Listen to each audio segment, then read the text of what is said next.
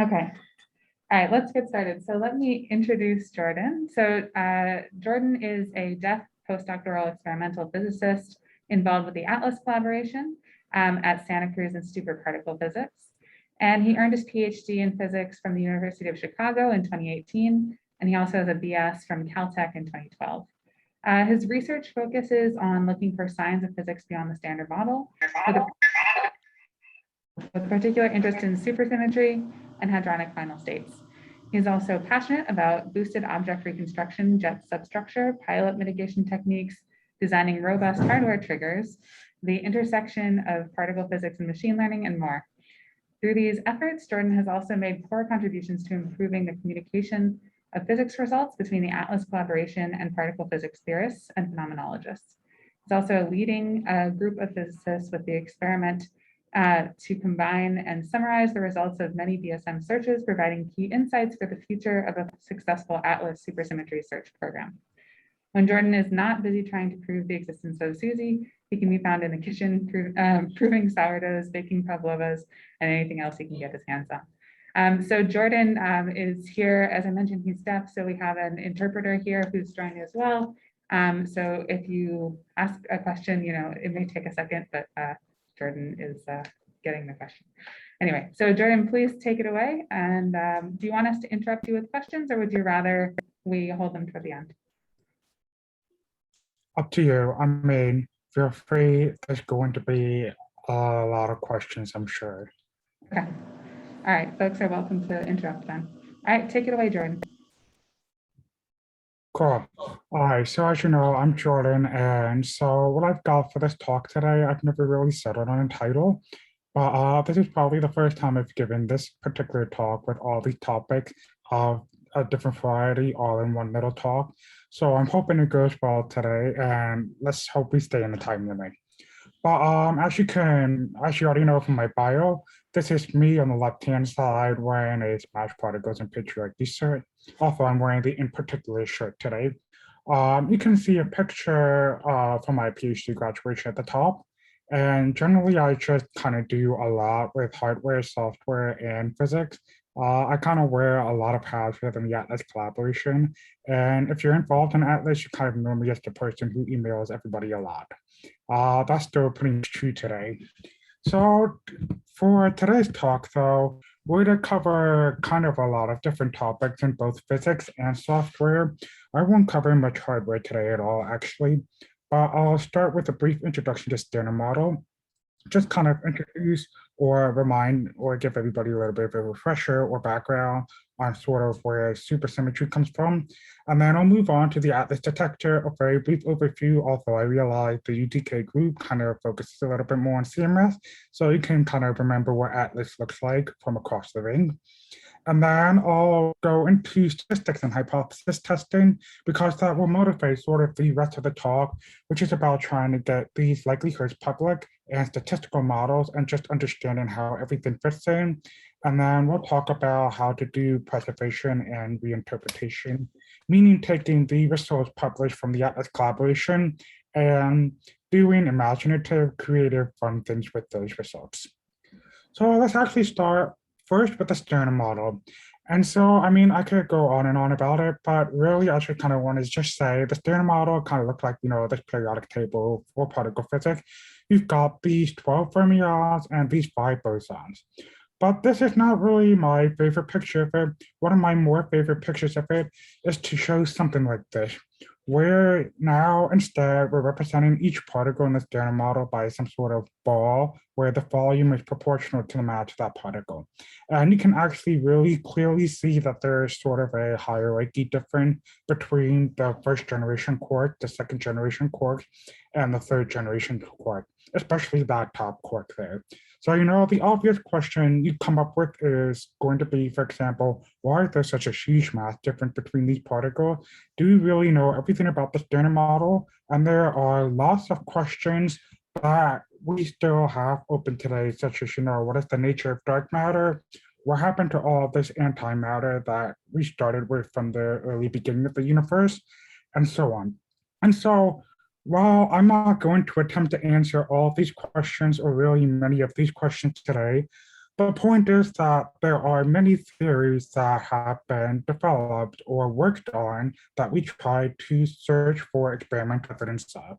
One of those theories, which I tend to be a little bit more biased or favorable towards, is called SUSY or supersymmetry.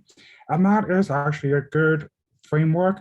SUSY itself is just a group of theories to sort of describe some physics beyond the standard model and allows us to define a series of benchmark models for which we as experimentalists can search for signatures at the Atlas detector or the CMS detector and so on. SUSY specifically predicts a series of bosonic or fermionic partners to all standard model fermions and bosons. So for example, the leptons will have sleptons, the gluinos is going to be the partner of the gluon, and so on. And this is sort of where SUSY stands into place here. I'm not a pheno person, and I'm also not a theorist, so I won't go on and on about the details of SUSY, but I just want to point out that at the end, what we're showing here is that there's going to be partners, super partners that we're going to look for signs of through the decays of the standard model particles that we search for in the detector. We'll come back to SUSY in a little bit, but let's talk about the detector first. So I work on the Atlas detector. And as you know, the Atlas detector is it's actually located within Geneva in Switzerland, but it's part of the Large Hadron Collider, which is this 27-kilometer ring. And that 27-kilometer ring goes across both France and Switzerland, as you see in the picture. There are 4 major experiments that you see here, the Atlas experiment all the way on the right side, and the CMS experiment on the other side of the ring. So we have the LHC, which is a collider. This collider and all of the detectors are approximately about 100 meters below the surface of the Earth here between both Switzerland and France, which you see on the left. We can kind of see in a blown up picture here of the Atlas detector. It's incredibly large. You can kind of see cartoon people here on the bottom right just to show you the scale of the Atlas detector. But I also have a picture of me there showing you the scale, for example, of the old muon wheel that I was standing at before it got decommissioned. There are new muons, the new small wheels have been installed now, but I haven't been to CERN yet since they've gotten installed. So I don't have a picture of me in front of the new ones yet.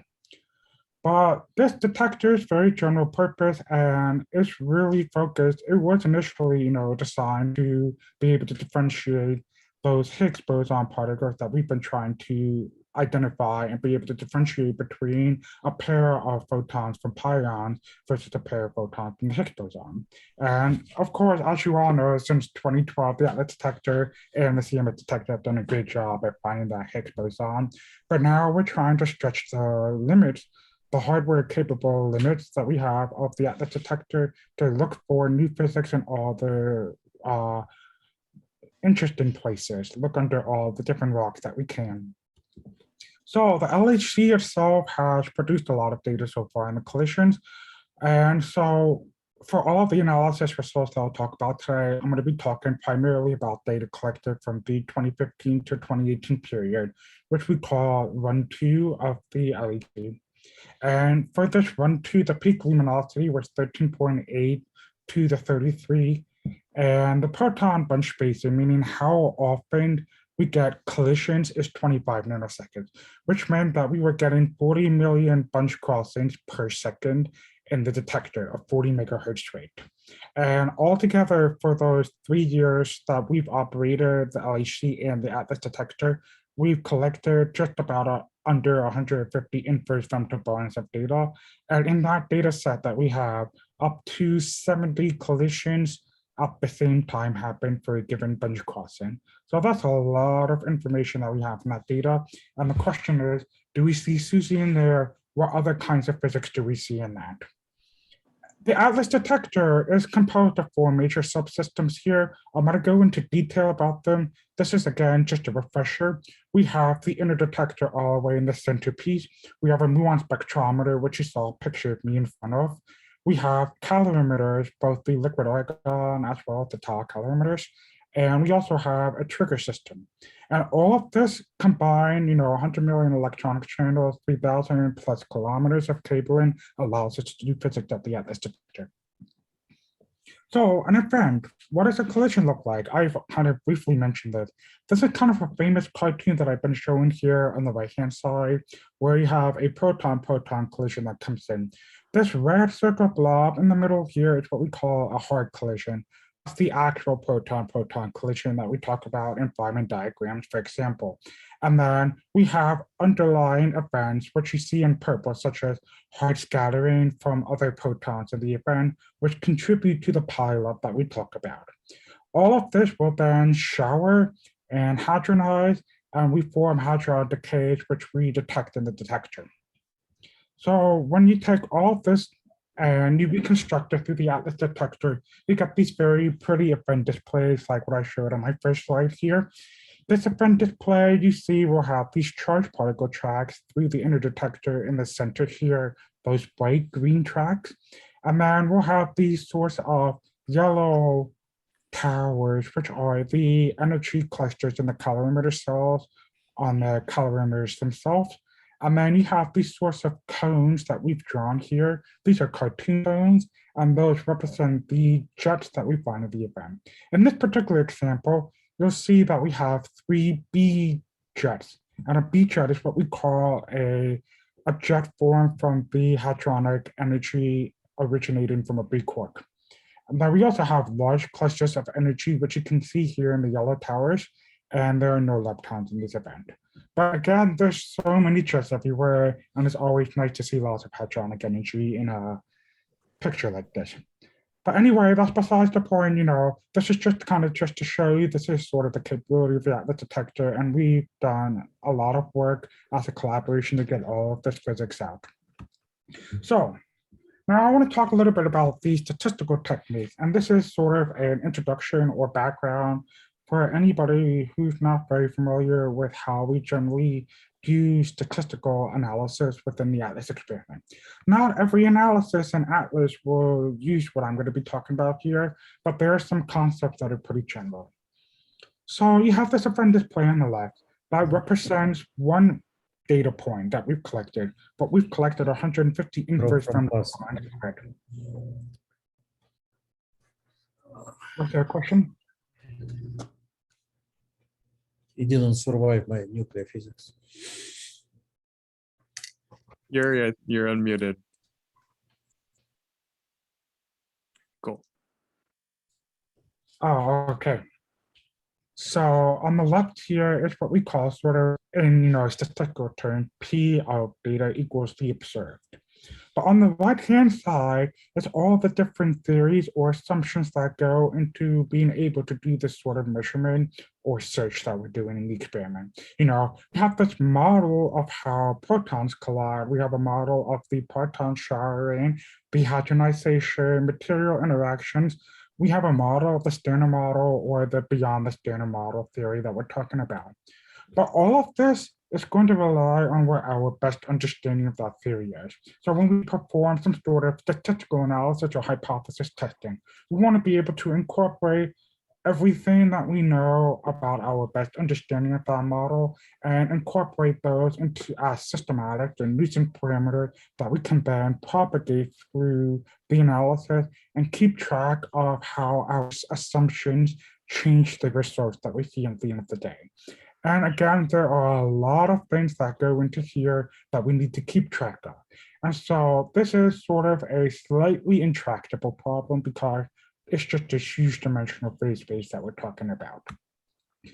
But then at the same time, as I mentioned in the Atlas experiment, we're also collecting data. And you can see here on the right-hand side, the entire procedure of actually being able to do everything that we talked about. We have to do trigger, we have to do calibration, we have to reconstruct these objects. We have to produce data sets that we can actually use as an analyzer and perform physics analysis on. And there are so many steps involved here that when you talk about something low level, such as, for example, the hadronization in a model, that sort of assumption is all the way high up in the simulation, and it's going to be hard to propagate that all the way through to the end of the analysis. So there is a huge technical effort involved just to be able to handle systematic or bake in some assumptions about our model. And we want our statistical analysis to be able to handle all of this. Okay, let me change to my PDF because Keynote doesn't work very well here. 1 second. Share, where is my PDF? Presentations. There we go. All right. Sharing my desktop. Okay, let me go back to that because you weren't able to see what was behind that beautiful meme that I put there. All right, so a statistical model here is at the very top that you see the probability of data given that theory. That's what we call a statistical model. Generally, that's agreed upon term, and it's something that's kind of informally defined on some level. There's formalism, but this is sort of how we define statistical model. In a perfect world, we know this precisely. That means we know everything about the theory we're talking about, and we know that our theory is 100% correct. We also know how to be able to propagate information all the way from that standard model level through the simulation, through the reconstruction, down to those final events that we use for analysis. But we're not in a perfect world, unfortunately. And so what we can do instead is build an approximation of the statistical model. And that's what we really talk about when Atlas says, for example, we published a likelihood or statistical model. What we really mean is we published an approximation of the statistical model. But it's kind of loosely overloaded here, but just kind of keep that in the back of your head that what we're really doing is we're sampling from this underlying model and building a statistical model based on what we've sampled, for example, the observation. And again, there's a lot of different ways you can do that. You can see on the right-hand side that we have, for example, a projection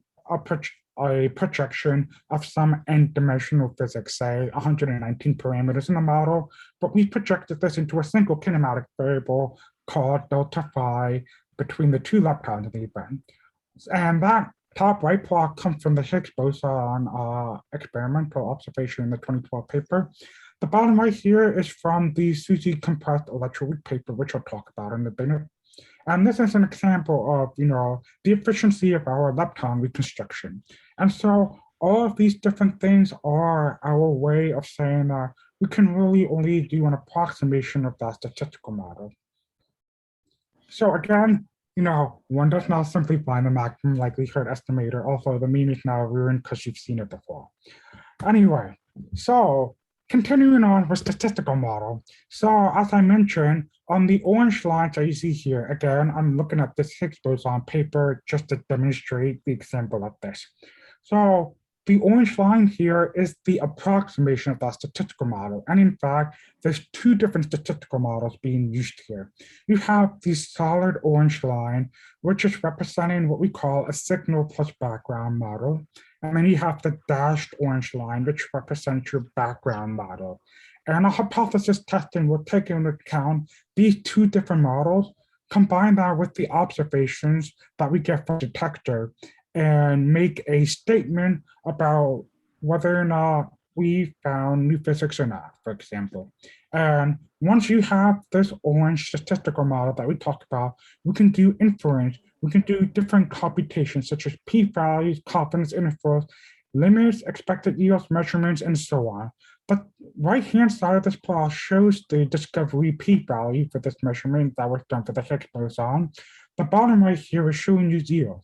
But all of these are data products that can be computed directly from this approximate statistical model that we have here. So if we publish the statistical model, we can produce all of these other data products out of it at the same time. So there's some sort of very strong motivation for statistical model as a very nice data product to publish in an experiment. And of course, if you see some sort of 3 sigma here, then the standard model is gonna combine and squash that. We're always trying to find deviations from the standard model here and understand how get us close to answering those questions that we don't really understand about the standard model so far. So that was the brief introduction to statistics. I'm willing to give a much longer tutorial if you're curious, but let's actually talk a little bit about history for a second. So 9 years ago, there's this screenshot from a conference/workshop that happened. And that workshop mentioned 10 years ago from that workshop 9 years ago. So altogether about 19, 20 years ago, basically back in 2000, the Atlas collaboration had agreed to publish likelihoods. But you might be wondering, okay, well, so it's been 19 years and we've had all these pieces, we've got this measurement of the Higgs boson that we discovered in 2012, but we didn't publish a likelihood for this. So why didn't it happen? In 2000, we agreed. In 2012, we observed the Higgs boson. So why didn't we do anything about it? And, what analysis do we want to publish? I would say all of them, but I'm a little bit greedy here. We'll take what we can get. And, another question, could any arbitrary function work? How do we handle just this sort of open world thing? But so 3 years ago, this gave us two paths on trying to be able to get back to that 2000 agreement of publishing likelihood. We can either go towards a closed path where we have a very limited set of mathematical functions that we can use to represent a likelihood and publish within that limited mathematical framework.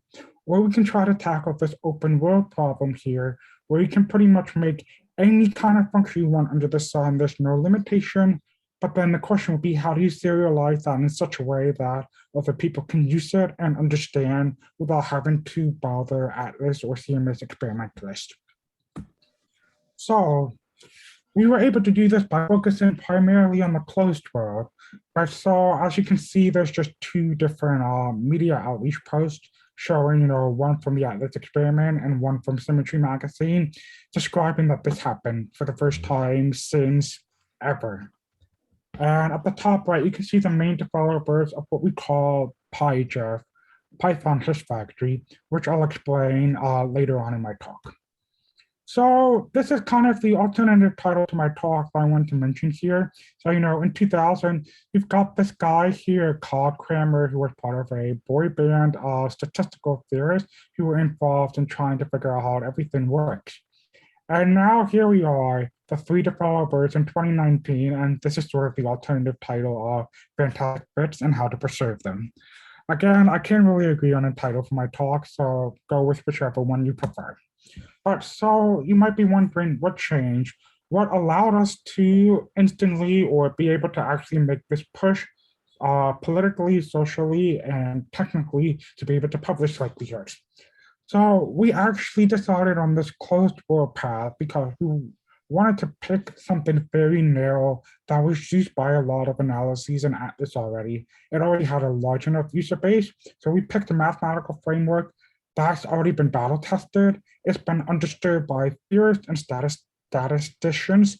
And what we took from that is we designed a declarative format in plain text to make this easier to not only serialize, but also modify later. And then on top of all of this, we provided something in Python, which is relatively user-friendly that a theorist or someone brand new could just pip install and it would just work. So this brings us to what I call, what we call Hash Factory. So Hash Factory was, primarily started by Carl Kramer et al. But Carl Kramer is one of the main people involved here. Hash Factory itself is a flexible PDF specification, and it allows you to build a statistical model from bin distributions and data. So remember this sort of closed world versus open world that I was talking about. The closed world here is going to be about the bin distribution, and an open world will be on bin distribution. But you can see an example of bin distributions here on the bottom right. And Hash Factory was, at the time in 2011, only ever implemented in root. a large software framework, C++, that's pretty much used by everybody in LHC.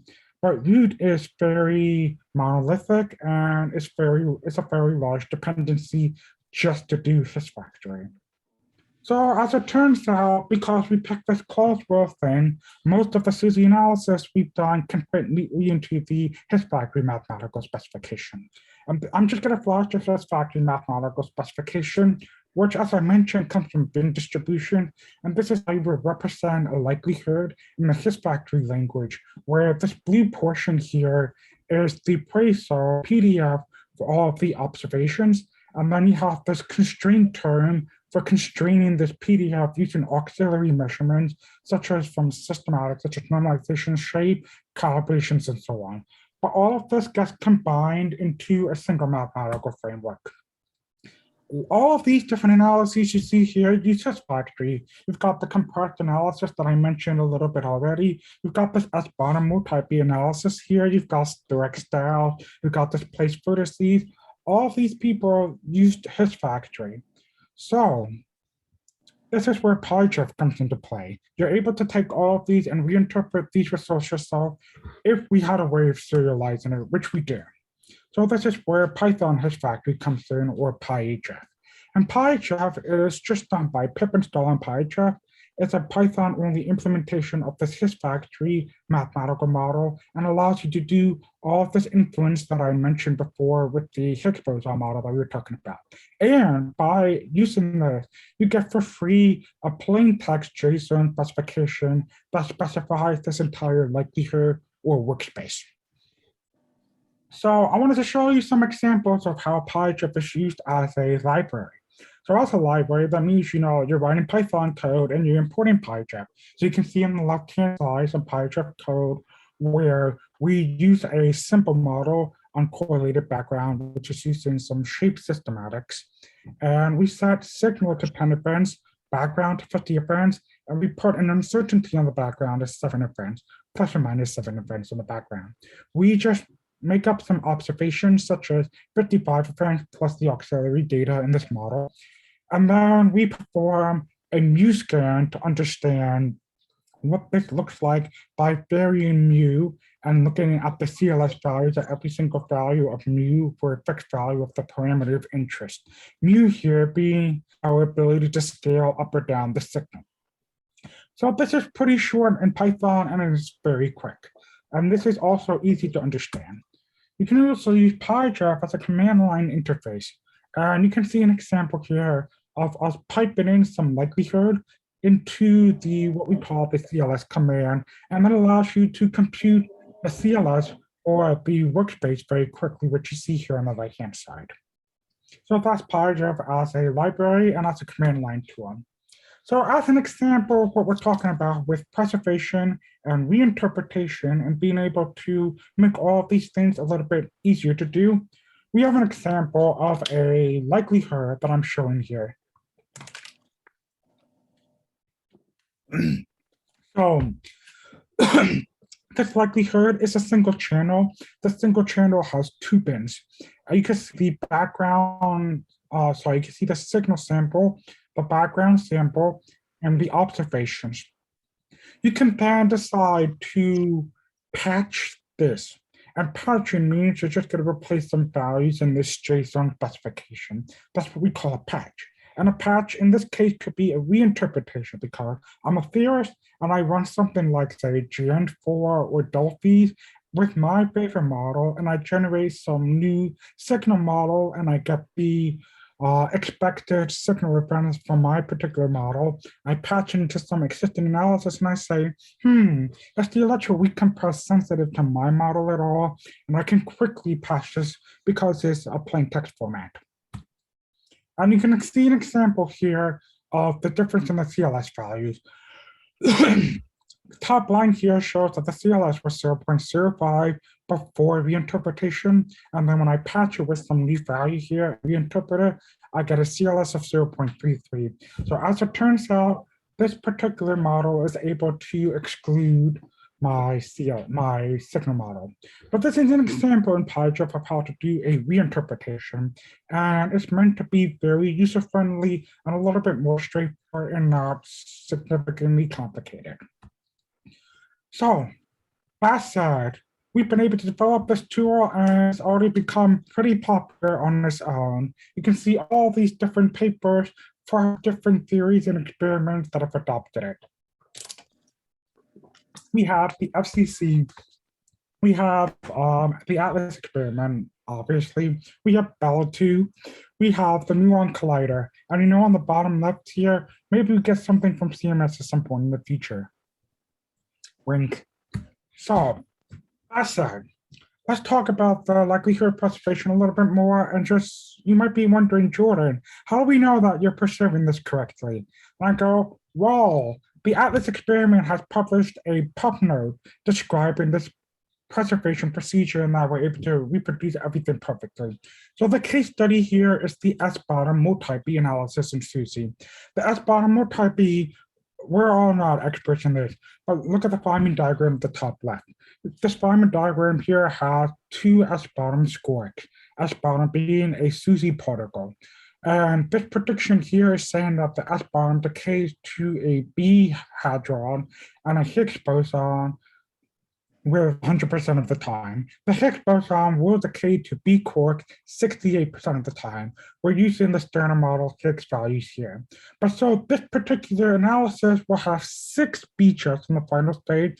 It'll have missing energy from those neutralinos, the chi-0 and there are no leptons. It had 2 different mass scenarios that they looked at here, where the masses are determined based on the mass of the neutralino or the mass splitting between neutralinos in the event. And there are 3 different signal regions where the signal region are going to be targeting different mass scenarios. In particular, signal region A contains both mass scenarios, but B and C focus on either the 130 GeV mass scenario for signal region B and the 60 GeV mass scenario for signal region C. So we went ahead and looked at the background only fit here and looked at the pole comparison between what the analysis team has done and what PyJF has done. And you just compare the analysis team in black and PyJF in red. And you can see there's no differences across the board. This validates the background only fit. Step 1 is great. We've looked at the background only model, which you see on the top right. Step 2 is let's vary mu. Let's include signal and see if we see a difference between the mu scans. We don't. So that step's also validated. So the next thing is a little bit trickier, and it's what we call a contour plot. I have here a cartoon just to kind of explain what you should be looking at. A contour plot mostly looks like this. You have some 2-dimensional phase space. The y-axis is some mass or some parameter of your model. The x-axis is some other parameter of the model, some variable. You draw some yellow curve. Everything usually below that yellow curve is experimentally excluded, and everything outside of it has not. And then sometimes there's some kinematic exclusion region shown by that dashed black line. And sometimes the exclusion contour is defined using multiple signal regions, such as a more boosted region and a more compressed region closer to the diagonal. And this is something that you tend to see all over SUSY for the most part. The reason I should bring this up is now we have an exclusion from the S-bottom multi-beam. So what I'm showing here is actually from the paper first, just to show you what this looks like. Right now on the left side, I'm showing it to you for the mass of the neutralino being 60 GeV and what this contour looks like. You'll also notice that the contour kind of looks a little bit kinky, and not in the way that you're expecting. Kinky and not as dry, or it's continuous but not that differentiable. And that's because there's a stitching between 2 different signal regions ongoing here on the left. This made it a great candidate to check for PyJF, because if we can not only do 2 different signal regions, but also stitch them correctly and reproduce this contour, that we've been able to show that we can preserve this analysis. And on the right-hand side, was there a question? No. Yeah, could you explain the X and Y axes of the left-hand graph here? Okay, right. So on the left-hand side, let me just flash the farming model again. So you can see the S bottom quarks here. You can see the two different neutralinos. We're going to talk about the masses of those particles. On the x-axis, we're doing this as a function of the mass of this bottom quark. On the y-axis here is the mass of the second lightest neutralino. And then we're just covering the CLS value for every second point that we've generated under this particular spline model, but for different mass parameters. Does that answer your question? Yes, thank you. Okay, the right-hand side here, you see signal regions A and C. These are the two signal regions I mentioned before, which are being stitched on the left.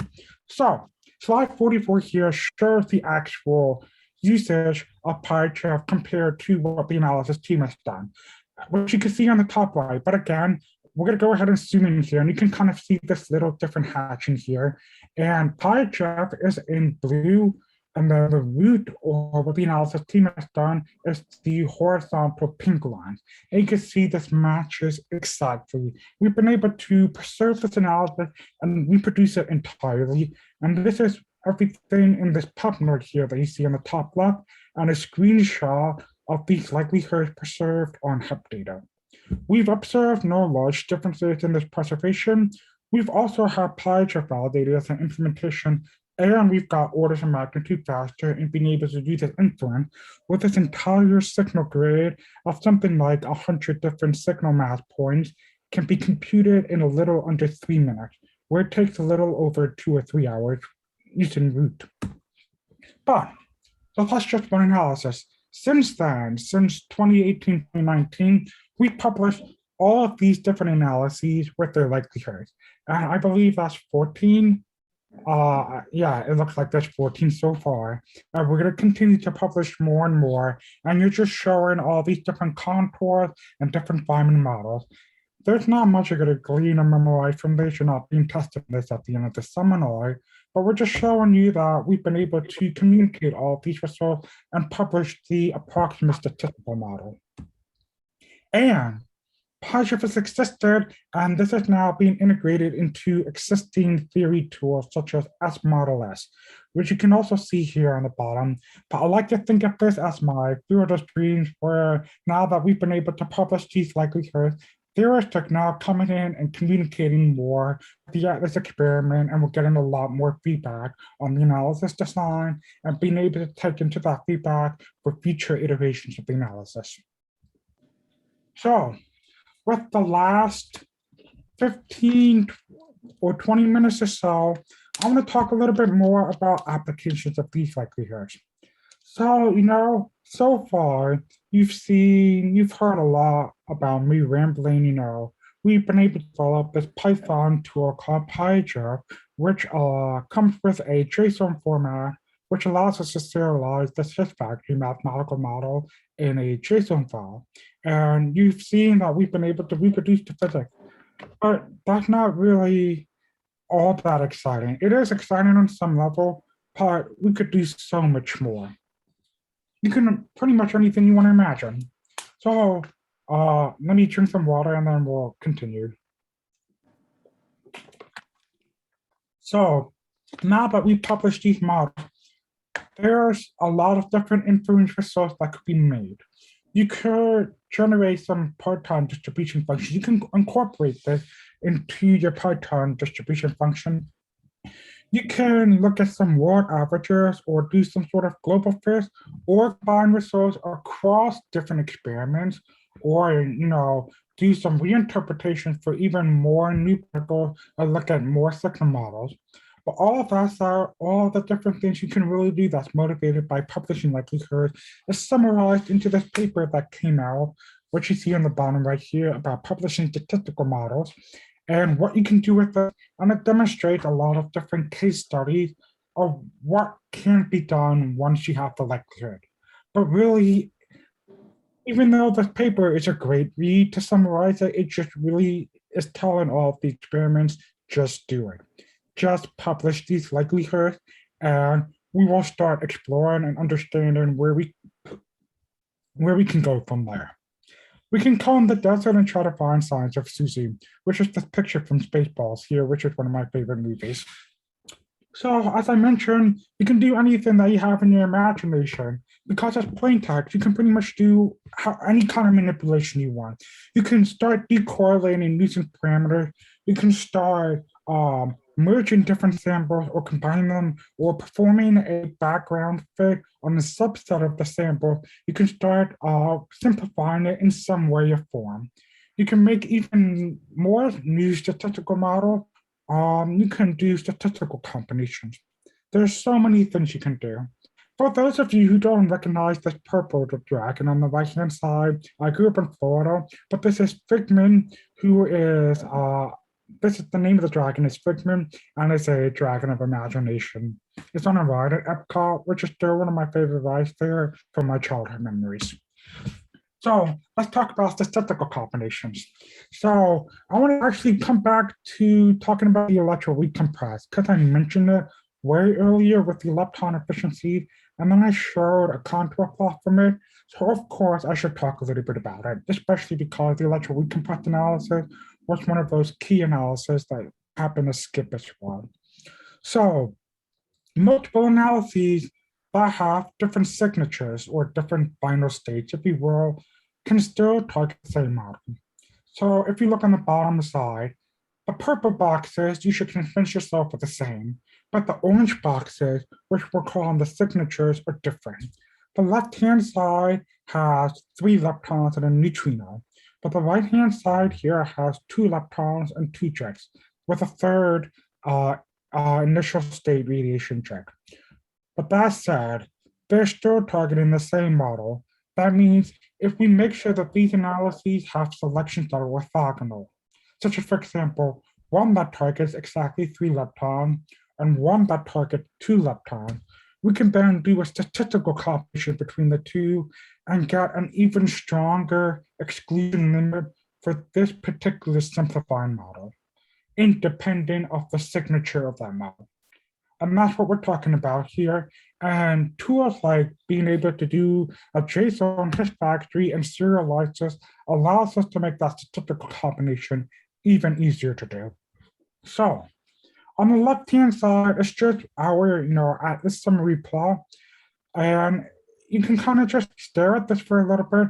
I'm just really going to be focusing on this yellowish curve that you're seeing here, the WC, you can see here that the 2 lepton compressed, or the soft 2 lepton, is all the way towards that diagonal on the left-hand side. The 3 lepton off shell, where the W and C bosons are off shell, is not as close to that same diagonal. And then the 3 lepton on shell covers this rest of the phase space. This brings you into sort of 2 different regions you see here on the right-hand side. The left-hand side here, the y-axis is the mass of that LSP, but the right-hand side, the y-axis is a little bit different. It's the mass splitting between the 2 neutralinos. So that's why it looks a little bit different. I tend to prefer the delta M perspective because it makes it easier to understand where the compressed analysis and the 3 lepton fit in. You can kind of see that the compressed analysis targets very low delta M splittings here. And then the 3 lepton analysis can target larger mass splittings. And the idea is, can we combine these 2 analyses, which are sensitive to different regions of this same phase space, and produce effectively a single contour that summarizes our best sensitivity to this model? And we can. So the statistical combination is done by taking into account the published likelihoods, which are in plain text JSON format. We can choose to decorrelate or correlate some experimental uncertainties if they refer to the same kind of object in the analysis. We have different modeling uncertainties that could be correlated if the analyses have the same type of background modeling here.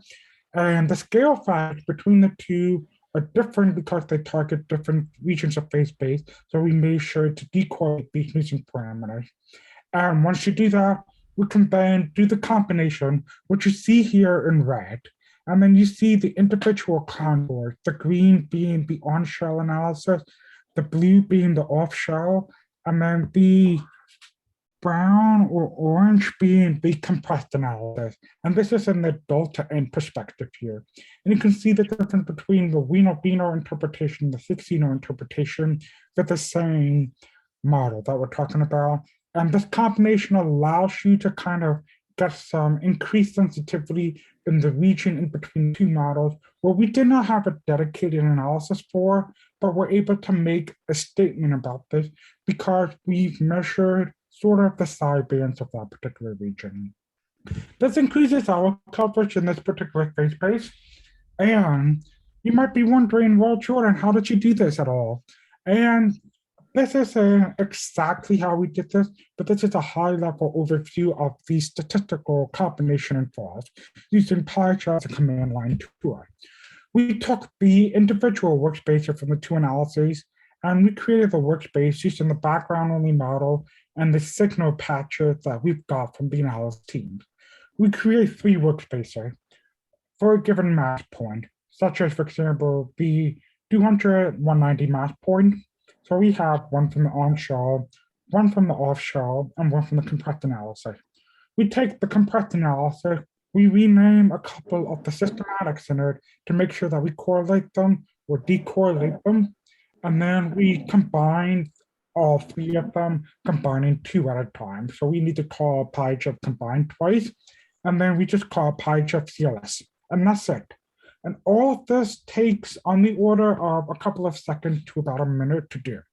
So it is very fast, and you're able to make statements without a lot of effort. So that's a statistical combination. One other example that I wanted to get to before the end of the seminar talk is what I kind of call a global fit. And the way that I think of a global fit is that you're able to take, something across different experiments, such as, say, a measurement of the standard model from Fermilab and Brookhaven, and combine that with a search for Susie at the Atlas detector. And then you make some statement about whether or not you have analyses that are sensitive to that new standard model measurement. In this case, let's talk about the 2-2, where, as you can see here on the right-hand side, that very famous plot from April 27th earlier this year, where the standard model prediction has this a mu value, but both Brookhaven and Fermilab have measured this at a larger value. What we're doing here is we're going to take this experimental average, which you see here in purple, also going to use the plus or minus 1 signal values, and we're going to reinterpret that into an existing analyses that we've done in Atlas, such as, for example, the compressed soft 2-lepton analysis that I just talked about, and another analysis, which is the 2-lepton zero-jet analysis. We're going to take them, we're going to feed in the G-2 results and figure out what kind of signal model could be possible if we have assumed that the G-2 experimental observation is correct. And that's what you're seeing here on the bottom left with these hatch lines.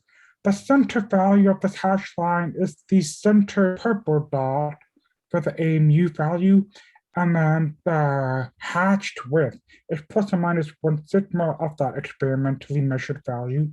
And this is what you see as an overlay.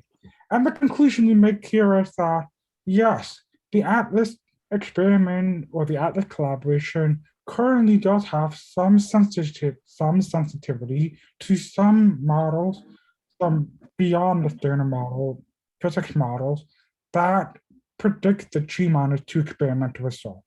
But there is still a large phase space that is currently uncovered in the muon plane that you're seeing here.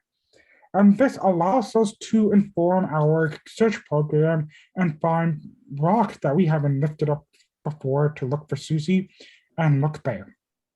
So this is another example of the benefit of being able to have these sort of plain text or serialized like Likert format, as well as a tool that makes it easier to calculate the CLS value instantly for. So now we're coming up at the end. I just wanted to mention a little bit about the outreach, because while we do make physics, all these physics results more accessible for theorists, we're also trying to make it more approachable as well. So there's all these different outreach events that I have, such as, an exhibit in American Sign Language at the CERN Museum, and lots of different videos on that, as well as talks during the APS meeting about physics and accessibility in general, and all of that. And I'll also talk about using ASL interpreters as well, which you see in this Physics Today article. And then on the bottom right side, for those of you who've never been to CERN, there's an interesting sign there that you should feel free to take a stab and guess what it means. And this allows you lots of different pictures of me going to different places and giving talks on particle physics. And that pretty much brings us to the end of my talk, which I think I'm just under time for, surprisingly. And at this point, there's a lot I could say about the summary, but I think I'll just end here and hand it over to Larry and Tova, I guess. Thank you, Giordon. Yeah, you're actually exactly on time. Nice job. All right. Do we have questions? We'll start with students.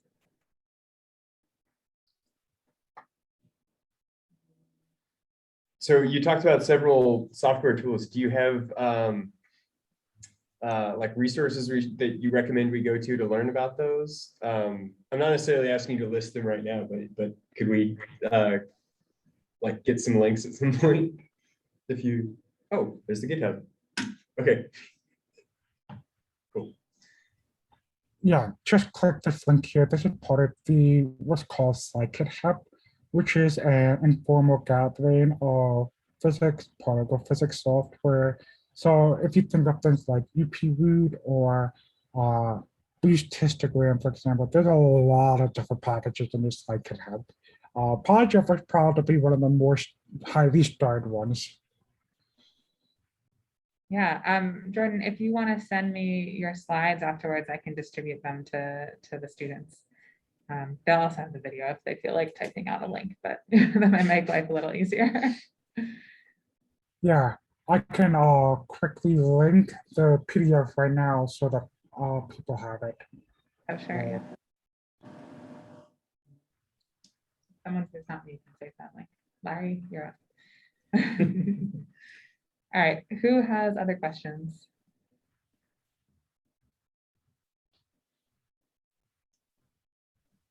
I'm happy to go into more details about any of this. I know there's a lot, but there's always a lot of interesting physics here.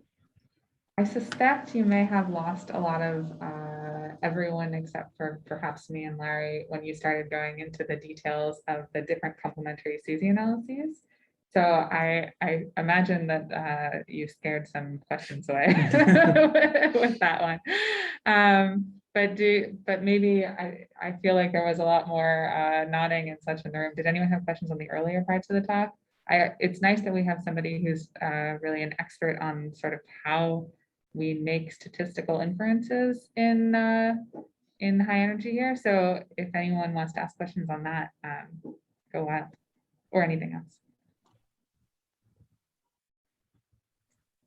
If anybody on CMS is happy to take the torch and start publishing a lecture, they're willing to help support that too.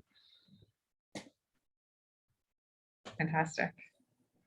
Giordon, do you know much about the sort of combined tools that are used on CMS? Yes. So there is an open task. I think Iris have actually hired a student to work on putting an integration between Combine and PyCheck so that anybody using Combine can export it into the HIS factory JSON format and get everything for free, essentially. That sounds like an excellent path to getting CMS involvement, because everyone knows how to use Combine and has no idea how to use any HIS factory type tools. So yeah, that sounds like a really good step. So is Combine, if anybody knows, Combine is not built on HIS factory, but is just kind of raw roofit. You're right. They come from different I guess I'll say areas within statistics, but there is a subset of combined that is generally compatible with his factory models. Cool. Okay, I think we've got, okay, we have a question in the chat. I do wonder a bit about the interface between the HEP and LIGO community. Presumably LIGO should also publish their likelihoods, but would they use PyHF to do it? Yeah, it's interesting. I worked at LIGO as an undergrad. That was actually what I did my senior thesis on. On some level, they do something sort of like a bint analysis.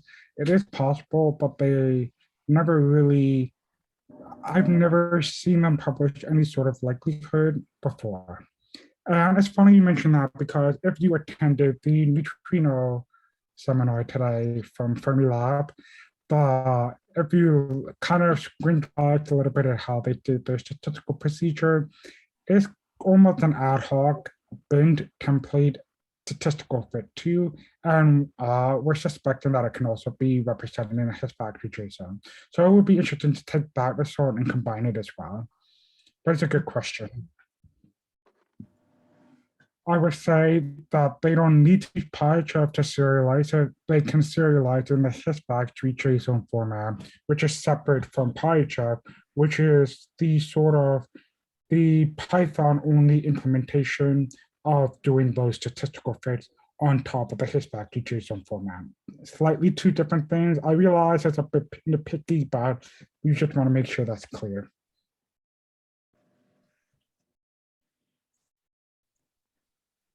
All right, And I great. guess Sab also mentioned something about refit. So yeah, refit is actually that open world problem that we were talking about. You know, restats and refit have all these things to arbitrarily define all these different functions rather than just Poissons and Gaussian, but arbitrary anything that you can come up with. And this is something that we're also working on the side, trying to figure out what that DSL, that domain-specific language might look like if you were to serialize it in a non-root format.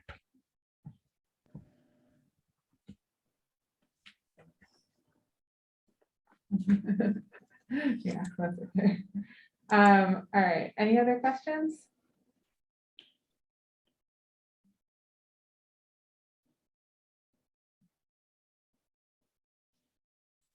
Okay. Oh, go ahead. Okay, everyone's just talking about how rude all caps are. But anyway, I think we've asked all the questions we had. And thank you so much, Jordan. This was really interesting talk, and it's exciting to see how far this is coming. Yes, thank you, Jordan. No problem. Thank you, Jordan. All right. Have a good day, everybody, and thank you all for joining. Bye. Good to see you. Bye.